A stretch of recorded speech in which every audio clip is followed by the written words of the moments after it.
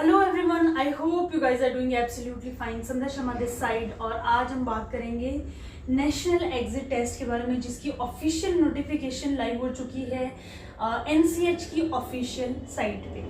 और सबसे पहले हम बात करते हैं कि national commission for homeopathy bill 2020 में लागू हो चुका था। ऑलरेडी इस पे मैंने एक वीडियो बनाई हुई थी, ऑलरेडी मैंने सारे एग्जाम्स बता दिए थे, एक स्टूडेंट कॉर्नर के हिसाब से वो वीडियो बनाई थी और उसमें बाकी भी एथिकल बोर्ड्स और ये सब चीज़ें भी मेंशन थी, जो कि हम सारी चीज़ें आज की डेट में वर्किंग है, सारे बोर्ड्स आज की डेट में वर्किंग है और ऑलमोस्ट सारे एग्जाम्स वर्किंग है, सिर्फ एक को छोड़ के नेशनल एग्जिट टेस्ट, वो एग्जाम वर्किंग नहीं था अभी तक। और अभी तक ऐसा चल रहा था कि जो ये बैचेस बैठे हैं, अभी न्यू बैचेस बैठे हैं, उनके लिए ये प्रोसीजर्स जो है कंपलसरी होंगे।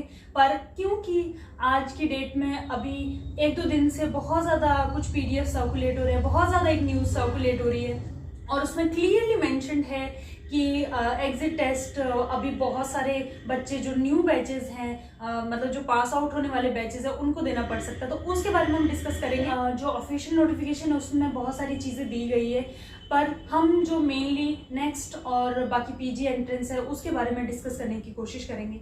सबसे पहले उन्होंने नेक्स्ट के बारे में ऑलरेडी वो 3 साल पहले वीडियो बनाई थी मैंने, उसमें मैंने बहुत क्लियरली मेंशन किया था कि 3 साल बाद ये जो नेशनल एग्जिट टेस्ट है वो लागू होगा। और 3 साल में उसमें मैंने क्लियरली कहा था कि 2017 का बैच जो बीच में फंसा हुआ है। तो फिलहाल बाकी कॉलेजेस में तो 2017 का बैच ऑलरेडी निकल चुका है, पर कुछ कॉलेजेस हैं जिनका कोविड की वजह से बहुत ज़्यादा हैम्पर हो गया था और पीछे चले गए बच्चे। तो अभी कुछ कॉलेजेस के 2018 का बैच और कुछ कॉलेजेस का 2017 का बैच जो भी इंटर्नशिप में रनिंग है, उनके लिए ये नेशनल एग्जिट टेस्ट लागू हो सकता है। बेसिकली बिल में क्या क्या लिखा गया है, मैं सिर्फ वही चीज़ें आपको बताऊंगी क्लियरली। सबसे पहले उसमें चीज़ लिखी गई है कि ये exit test licence, practice licence के लिए दिया जाना चाहिए।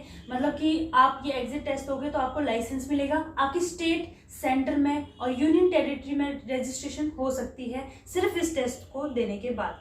बाकी आपकी डिग्री की क्या वैल्यू है अगर आप ये टेस्ट नहीं देते हो, तो आप अदर कोई भी गवर्नमेंट एग्जाम जो है उसमें आप पार्टिसिपेट कर सकते हो जहाँ पे क्लिनिकल रजिस्ट्रेशन की ज़रूरत नहीं है। ठीक है, इतने से क्लियर बात है। अभी एलिजिबिलिटी क्या है एग्जिट टेस्ट के लिए? आपको मिनिमम 270 डेज की इंटर्नशिप, जब फॉर्म की लास्ट डेट होगी उसमें मिनिमम 270 डेज की इंटर्नशिप जो है कंपलसरी है। और बाकी जिनकी इंटर्नशिप कंप्लीट हो चुकी है वो भी इसमें अपीयर हो सकते हैं। ऑब्वियसली मिनिमम क्राइटेरिया 270 है, प्लस उसमें बाकी जितना भी आपका 12 महीने का इंटर्नशिप है वो चल सकता है।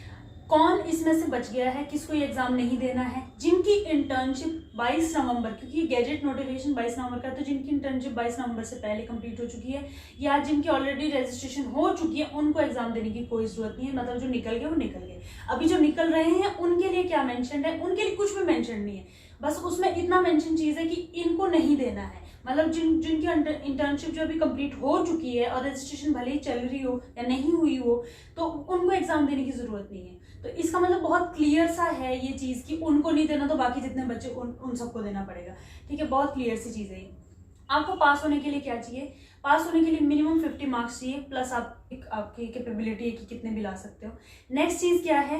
नेक्स्ट चीज़ कि आपको कैसे क्वेश्चंस आएंगे, तो उसमें कोई कुछ भी सिलेबस वगैरह, ऑब्वियसली इसमें चीज़ें सिलेबस तो मेंशन नहीं होगा, ठीक है, पर वो चीज़ है कि आपके जितना भी आपने पढ़ा है उसमें क्लिनिकल कॉम्पिटेंसी के बेस पे आपको क्वेश्चंस आएंगे कि आप कितने क्लिनिकली कॉम्पिटेंट हो, क्लिनिक में बैठने के लिए कितना आप डिजर्व करते हो, उस बेसिस पे थोड़े से क्वेश्चन आएंगे। जैसे थोड़ा एग्जाम्पल लेते हैं कि एमओ और पीजी के एग्जाम में क्या डिफरेंस आता है। यूजुअली पीजी के एग्जाम में आपको मसल का ओरिजिनल इंसर्शन पूछ लेंगे, है ना, एक एग्जाम्पल है। पर उधर ही दूसरे जो एमओ के एग्जाम है उसमें यूजुअली आपको डायग्नोसिस पूछेंगे, एक्सरे दिखा देंगे, बोलो डायग्नोज द केस। तो वो चीज़ें क्लिनिकल कॉम्पिटेंट के बेसिस पे ये ऐसे क्लिनिकल जो केसेस है या ऐसे क्लिनिकल जो क्वेश्चंस है वैसे वो पूछ सकते हैं कि मिलियरी टीबी का एक्सरे दिखा दिया, डॉट डॉट डॉट वाला पूछेंगे नेम ऑफ द डिजीज। ठीक है, साल में 2 बार होगा, फेब और अगस्त में।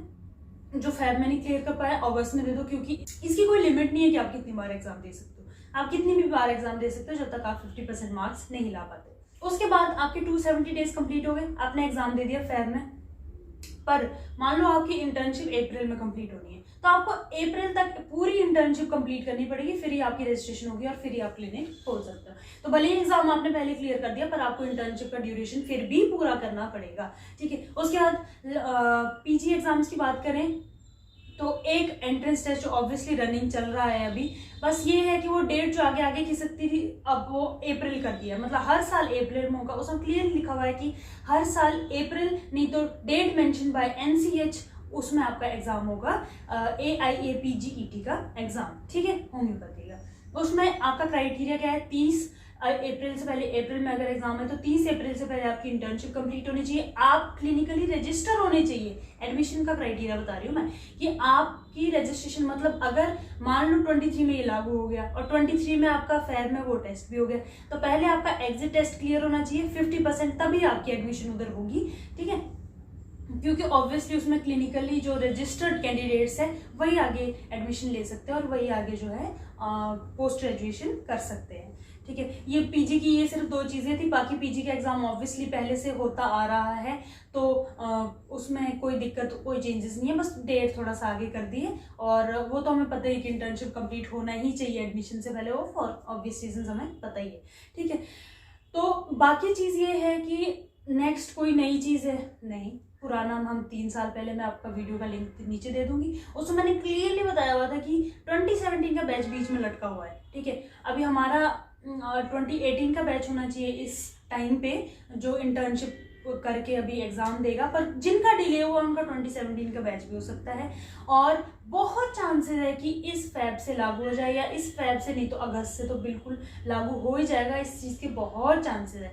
बैच मेंशन नहीं है, ठीक है, कोई कुछ चीज़ मेंशन नहीं है कि ये बैच देगा या ये बच्चे देंगे, बस ये चीज़ मेंशन जरूर है कि जिनकी इंटर्नशिप हो चुकी है, नोटिफिकेशन आने से पहले वाले जितने भी बच्चे हैं उनका कंप्लीशन हो चुका है, वो लोग बच जाएंगे। और नोटिफिकेशन आने के बाद जितने भी बच्चे भी कॉलेजेस में रनिंग है, बहुत चांसेस है कि उनको नेशनल एग्जिट टेस्ट देना पड़ेगा, और वो सिर्फ लाइसेंसिंग के लिए है, पीजी के लिए अलग टेस्ट है। वो भी बहुत सारा कंफ्यूजन था कि पीजी के लिए या लाइसेंसिंग के लिए अलग अलग टेस्ट होगा, या सिमिलर ही होगा कि इसमें से एग्जिट भी हो जाएगा और उधर एडमिशन भी हो जाएगा। अभी वो चीज़ अलग अलग है। नेक्स्ट अलग है AIAPGET, जो आपका पहले ऑलरेडी हो चुका है, वो चीज़ अलग है। नीट ऑलरेडी रनिंग है हमारा, और NTET भी शायद चल ही रहा है अभी।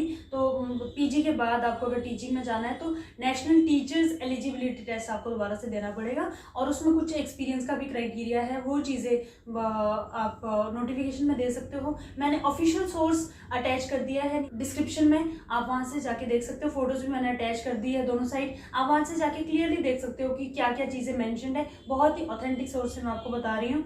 और बाकी जैसे ही मुझे सिलेबस या कोई भी मुझे इस चीज़ की नॉलेज मिलती है, हम आपको ज़रूर शेयर करेंगे आप लोगों के साथ। और आप हमें इंस्टाग्राम पे अपना डाउट्स बता सकते हैं, वहाँ पे हमें फॉलो कर सकते हैं। Will see you in the next one, bye bye for now, bye.